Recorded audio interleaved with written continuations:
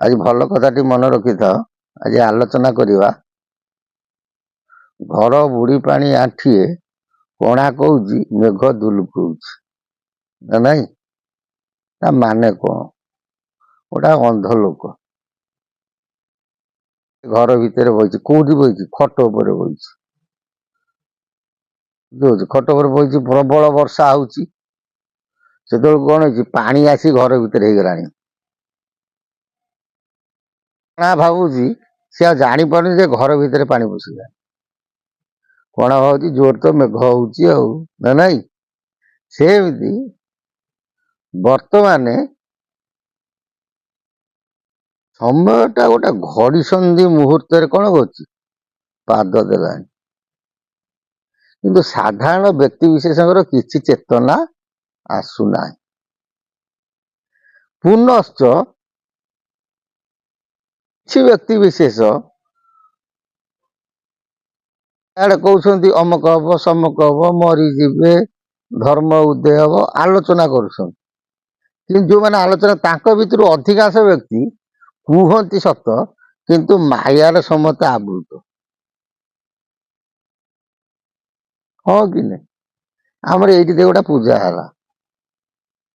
सब समस्त कौन गरीब भक्त अच्छा पैसा वाला भक्त अच्छा ठीक ना भूल किए गोटे स्व इच्छा कहे ना नहीं जा 5,000 टका नहीं जा गोटे ठाकुर कम कर अच्छी सेमितिया ना गाँ गहली की पड़ा गोटे धनी लोक आ गोटे गरीब लोक एबे सब कौन होची आमे देखुचु गोटे ठाकुर अनुष्ठान हेले सब चांदा कर दउछन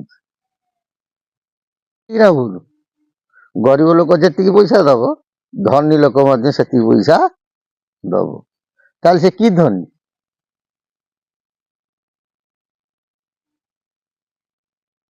से धनी रे गणा कि ये तो गरीब लोक जहाँ कला बड़ लोक धनी लोकटी से कला से धनी रे कौन गणा है प्रकृत जे भक्त होइथिबो गोटे अन्न छत्र होउची ए मु अमकटा दे देबी चांदा कौन हम माने सो इच्छा रे बर्तमान ता नाही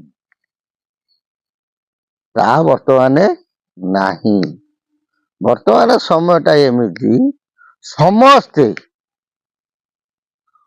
माने 1000 के गोटे दीटा को छाड़देले समस्ते लोभाग्रस्त प्राणी लोक माने दबा को भल पाती पाऊ नाहंती किंतु कथा कहबे बड़ बड़ कर्म उपर कौन शून्य देउल तोड़ी देवे किंतु भिखारी की दान देवे नहीं देखो गोटे बाहाघर होची कि बर्तमान बाहाघर सागर जहाँ होची लोक मैंने कौन 1000 टका मद पी दूसरे ठीक ना बोलू ब्राह्मण विद्या की देला बहुत कष्ट हुए आक विद्या की देला बहुत कष्ट हुए बारिक विद्या की देला बहुत कष्ट हुए नहीं ना साधारण मन रखि था मनुष्यंकर कहिबार एते गोटे कहिबार तात्पर्य कौन वर्तमान समय मनुष्य माने सब आत्मज्ञान हरा हो सब मनुष्य चिंता करुच्ची मुझे परठू शोषण करी परठू शोषण करी कौन है धनशील कहीं धनशील हम पुओ जदि योग्य हुए धन कहीं छंचु पुओ जदि अयोग्य हुए धन कहीं छंचु वास्तव मतरे पितार कर्तव्य कौन पिलाटे संतान जन्म कला ताको मनीष करिवो ताको ता गोटे छिड़ा करदब तापर ता ड्यूटी सैला मु पेट को मारिकी पुओ कौन करी धन रखी पुओ यदि चोर है धन किसी महत्व कि वर्तमान समय समते कहते किंतु अनुभव कई करू ना समझ कहती मरीगले सरीगला इे कहे मरीगले सरीगला सियाड़ देखा ब्रह्मांडर लोभ ସତ ନା ମିଛ? ବର୍ତ୍ତମାନ ସମୟଟା ଗୋଟେ କଳୁଷିତ ସମୟ। ଆଉ ତମକୁ ଆମେ ଗୋଟେ ଭଲ କଥା କହୁଛୁ, ମନେ ରଖିଥାଅ। 2025 ମସିହା ମାର୍ଚ୍ଚ ମାସ 29 ତାରିଖ ଶନିବାର ଶନି ଚଳନ ହବ। କୋଉ ରାଶିକି ଯିବେ ନା ମୀନ ରାଶିକି ଯିବେ। ସେଇ ସମୟ ଠାରୁ 2.5 ବର୍ଷ ଭିତରେ ସଂସାରର ଗୋଟେ ସ୍ୱତନ୍ତ୍ର ଡ୍ରାଇଗ୍ରାଫ ପରିବର୍ତ୍ତନ ହେଇଯିବ। ସେ ଯୋଉ ବଡ ଲୋକିଆ ଯେମିତି ଦଉଥିଲା ସାଙ୍ଗ ହେଇ ଚାନ୍ଦା ଦିଅନ୍ତି, ଗରିବ ଲୋକ ବଡ ଲୋକ ସାଙ୍ଗ ହେଇ ଯେମିତି ଚାନ୍ଦା ଦବା ନବା କରନ୍ତି, ସେମିତି ସମାନ ହେଇଯିବେ। ବହୁ ବିପଦମାନ ଅଛି। 54 ଅଙ୍କରେ ଭୂମିକମ୍ପ ଅଛି। ଫେରେ ମିଥୁନ ମାସରେ 13 ଦିନିଆ ପକ୍ଷ ପଡିଥିବ। ଯଦି ଭୟଙ୍କର ଭୂମିକମ୍ପ ବାରମ୍ବାର ଦେଖାଦବ, ମହାପୁରୁଷ କହୁଛନ୍ତି, ଏ କୋଠା ଅଟ୍ଟାଳିକା ଯୋଉ କରିଛନ୍ତି ତାପରେ ପରିସ୍ଥିତି କଣ ହବ? ଆଉ ବଳ ଥବ ନା ଏ ଧନ ଥବ? ତେଣୁ ଏ ଯୋଉ ମୀନ ଶନି ଭୋଗ, ଇଏ ହଉଛି ବହୁତ ବିପଦ। ମହାପୁରୁଷ ଶିବକର୍ମ ଶାସ୍ତ୍ରରେ ଅଚ୍ୟୁତ କହନ୍ତି, ରୋହିଣୀ କୃତ୍ତିକା ମାସରେ ମୀନ ଶନି ଯେତେବେଳେ ନଥିବ, କାହାର ଜାତି କୂଳ ଭୁଞ୍ଜିବେ ଗୋଟିଏ ପତ୍ରରେ। ଏଇଠୁ ଅନୁମାନ ଚିନ୍ତା କର। ରୋହିଣୀ କୃତ୍ତିକା ମାସରେ ମାନେ ଶନିବାର, ବାରମ୍ବାର କହୁଛୁ, ଶନିବାର ମୀନ ଶନି ପଡୁଛି। ଶନିବାର ମୀନ ରାଶିକି ଶନି ଫେରେ ସଂସାର। ବାପ ପୁଅ ଗୋଟାଏ ଘରେ, ସେ ରବି ଥିବେ ଡିମିନରେ, ଶନି ଯିବେ ସେ ଘରକୁ। ବାପ ପୁଅ ଫେରେ ଅହିନ କୂଳ ସମ୍ପର୍କ, ରବିଙ୍କର ଶନିଙ୍କର ପଡେ ନାହିଁ। ସମୟରେ ପରିସ୍ଥିତି କଣ ହବ? ନଥିବ କାର ଜାତି କୂଳ ଭୁଞ୍ଜିବେ ଗୋଟିଏ ପତ୍ରର। ଏଇଠୁ ଚିନ୍ତା କର, ସେ 2.5 ବର୍ଷ ଭିତରେ କଣ ବିତିପାତ ଘଟିବ। ସର୍ବେ ହୋଇବେ ଅବଧୂତ, ବାନା ଉଡିବ ତ୍ରିଜଗତ। ଏମିତି ବିପଦ ଆସିବ ଯାହାକି କଳନା ନାହିଁ। ମଣିଷ ଯେତେବେଳେ ନିରାଶ ହେଇଯାଏ, ସେତେବେଳେ ଡାକେ କାହାକୁ? ପ୍ରଭୁ ତୁହି ରକ୍ଷା କର। ଜଗନ୍ନାଥ ଦାସ କହନ୍ତି ଭାଗବତରେ, ସର୍ବେ ହୋଇବେ ଏକମୁଖ, ଡାକିବେ ନାରାୟଣ।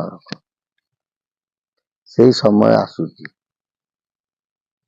ଆଗ ହୁଅ ସାବଧାନ, ଆତ୍ମଭକତି କର ଧାନ। ହେ ଭକ୍ତ ବୃନ୍ଦ, ତମେ ଆଗରୁ ସାବଧାନ ହେଇକି ରୁହ, ଆଉ ସବୁବେଳେ ଆତ୍ମା ଭକ୍ତି କର ସାଧନ। ବର୍ତ୍ତମାନ ଯୋଉ ଭକ୍ତ ବାହାରିଛନ୍ତି, 199 ଭାଗ ଭକ୍ତ, ଏମାନଙ୍କର ଦାନ ଅଛି ନା? ଯୋଉମାନେ ଦାନ ଦିଅନ୍ତି, ସେ କାହାକୁ କୁହନ୍ତି ନାହିଁ। ବର୍ତ୍ତମାନ ଯୋଉମାନେ ଦାନ ଦଉଥିବେ, ସେ ଜଣକୁ ଯଦି ଦାନ ଦେଲେ, ସେ 50 ଜଣ ଗପିଥିବେ, ମୁଁ ଏତେ ଟଙ୍କା ଦେବି। ଏ ହଉନି?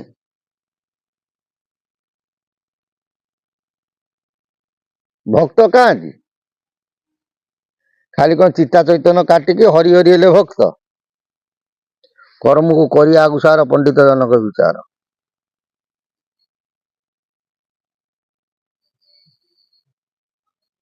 ଭକ୍ତ, ସେ ଭକ୍ତି ଭାବ ହଉଛି ସ୍ୱତନ୍ତ୍ର। ଭକ୍ତର ମୂଳ କଣ? ଭକ୍ତି। ଆଉ ହରିଆ ହରିଆ ବୋଲ, ମାଗୁର ମାଛ କା ଝୋଲ, ତାର ମହତ୍ଵ କିଛି ନାହିଁ। ଭକ୍ତ ଚିନ୍ତା କରେ ଖାଲି ପ୍ରଭୁ। ବର୍ତ୍ତମାନ କେଇ ଜଣ ପ୍ରଭୁ ଚିନ୍ତା କରୁଛନ୍ତି? ଯୋଉମାନେ ଚିନ୍ତା କରୁଛନ୍ତି, ସେ ଚୁପ ହେଇ କୋଉଠି ଡରିକି କଳି ଲୋକଙ୍କୁ ଚୁପ ହେଇକି ରହିଛନ୍ତି। ଏ ଲୋକ ଭୟଙ୍କର ଲୋକ। ଏ କଳିଯୁଗ ଲୋକଙ୍କୁ ଦୂରୁ ଜୁହାର।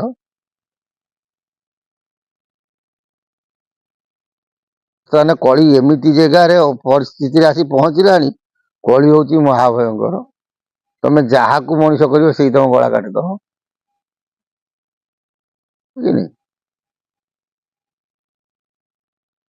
ତେଣୁ କଳି ଯୁଗ ହଉଛି ବିଚିତ୍ର ଯୁଗ ଏବଂ କଳି ଯୁଗ ହଉଛି କର୍ମ ଯୁଗ। ଆମେ କଲା ଯୁଗ, ଆମେ ଯାହା କରୁଛେ ଆମେ ହିଁ ଭୋଗିବା। ଆଉ ଯୋଉଟା ଅଛନ୍ତି କାଳେ କଳି ଯୁଗ ସରିଯିବ ଆମେ ବଞ୍ଚିଯିବୁ, ତାକୁ ବଞ୍ଚିବ କୋଉଠି ଯେ? ଯିଏ ଦ୍ୱାପର ଯୁଗରେ ସ୍ୱୟଂ ନାରାୟଣ ତା ପୁଅକୁ ମାରିଦେଲା। ଗର୍ଭ ଭଞ୍ଜନ ନରହରି ଗର୍ଭ ନ ରଖନ୍ତି କାହାର। ପ୍ରଦ୍ୟୁମ୍ନ ଆସି ଚକ୍ର ନା ପ୍ରଦ୍ୟୁମ୍ନ ଆସି ଚକ୍ର ଗଲା, କୃଷ୍ଣ କରକୁ ନ ଫେରିଲା। ଯିଏ ନିଜ ବଂଶକୁ ବୁଡେଇ ଦେଇଛନ୍ତି ସେ ତମକୁ ଛାଡିଦେ ଫେରେ କଳି ଯୁଗ ତମେ ମାନ? କି ଭକ୍ତ? ଭକ୍ତ ବା ଜଗତ କଥା ଚିନ୍ତା କରେ। ଏ ଭକ୍ତ ଜଗତ କଥା ଚିନ୍ତା କରୁଛନ୍ତି? ପକେଟରେ ରଖିଦେବେ ପଇସା, ଗୋଟେ ଧର୍ମ କ୍ଷେତ୍ରକୁ ଦେଲା ବେଳକୁ କୁଠା ବୋଧ ହେଇକି 10 ଟଙ୍କା 100 ଟଙ୍କା, ସେ 100 ଟଙ୍କା ଦେଲା ବେଳକୁ ତାକୁ କାଠିକର ପାଠେ। ରଖ ବାପା ଧନ ରଖ ରଖ, କିଛି ଅସୁବିଧା ନାହିଁ। ଗୋଟେ ଆମ ଓଡିଆରେ ଗୋଟେ ଢେକ କହନ୍ତିନି, ଯାହା ଖାଇବ ପେଟକୁ ଯାହା ରଖିବ ଖଣ୍ଟକୁ। ଏସବୁ ଖଣ୍ଟ ଖାଇବ। ଗାଁ ଗହଳିରେ କହନ୍ତି ଖଣ୍ଟ, କିନ୍ତୁ ମହାପୁରୁଷ କହନ୍ତି ତାକୁ ଖଣ୍ଟ ଖାଇବନି, ତାକୁ ବସୁଧା ଖାଇବ। ଉଭା ଧନ ତକ ରଜା ହରି ନବ, ପୋତା ହରିବ ବାସୁକି। ବଡ ବଡିଆ ଯେ କେହି ନ ରହିଲେ, ବୁଝିଲୁ ଯେ ରାମ ତୁ। ଏତିକି ମନେ ରଖିଥାଅ, ବିନାଶ ହିଁ ବିନାଶ ହିଁ ବିନାଶ। ଏ ମଣିଷ ଜଗତରୁ ଯିବ, ଭୂତ ଜଗତରେ କଣ ସବୁ ବୁଲିବି। ସେତେବେଳେ ଭାବିଲା ବେଳକୁ ଆଉ କିଛି ନଥିବ। ବୁଝିପାଇଲ ନା ବୁଝିପାଇଲନି? ତେଣୁ ଯଦି ଠାକୁରଙ୍କୁ ଡାକୁଛ ଦୃଢ କରି ଡାକ। ହେଲେ ଦୋନାବେ ଗୋଡ ଦିଆ, ତଳପଦ ଯାହା ହବ ତମେ ପୂରଣ କରିବ। ସେଇଆ ବିନାଶ କାଳେ ବିପରୀତ ବୁଦ୍ଧି। ଜୟ ଜଗନ୍ନାଥ। ସେ ପ୍ରଭୁଙ୍କ ସଦିଚ୍ଛା ପୂର୍ଣ୍ଣ ହଉ। ବୋଲ ଆନନ୍ଦେ କବାର ହରି।